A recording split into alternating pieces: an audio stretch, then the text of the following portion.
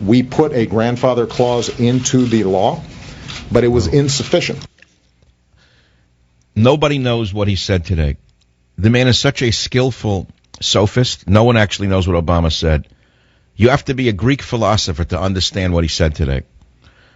It's astounding. It really is. That's why I'd rather talk about a 3-hydroxy, 3-methylglutarate coenzyme A reductase inhibitor, Statin, than what Obama said. I know more about a 3-hydroxy, 3-methylglutarate coenzyme A reductase inhibitor. I can tell you more about it than I can tell you about what Obama said today. I like that statement. It made me happy. I was able to use my doctoral training once in the last 10 years just now by using a long chemical word. I used to love these words. They thrilled me. I got a thrill out of even looking at them and then looking at the formulas and then looking at the organic structure. I always loved organic chemistry. There were geniuses in that field. I was not one of them. You know, if I was better in chemistry, I would be a chemist today. I just would be a different person. They're hidden geniuses, chemists. It's one of the least sung professions is chemistry. One of my all-time great heroes is Linus Pauling, one of the great geniuses of medicine. And Linus Pauling was originally, he went into chemistry, he said, because the reason he chose chemistry, he says, because at least I could determine what is real and what is false. In other words, it's the closest we could come as human beings to determine true from false is in the chemistry laboratory. That's why he went into it. As I always loved that man's brain. Now, he's too liberal, politically, but I didn't care. Bertrand Russell, one of the greatest geniuses of all time, was a super left-winger and a socialist, but so what? He was a great genius in his fields, in mathematics.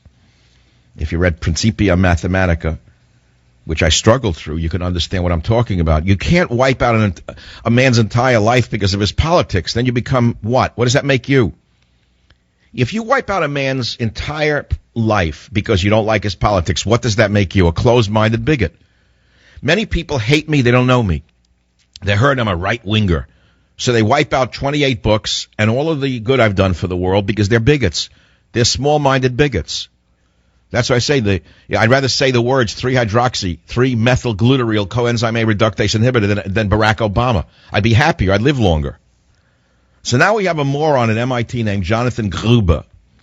Listen to the clip again. You got to listen to this. We currently have a highly discriminatory system where if you're sick, if you've been sick, if you're going to get sick, you cannot get health insurance.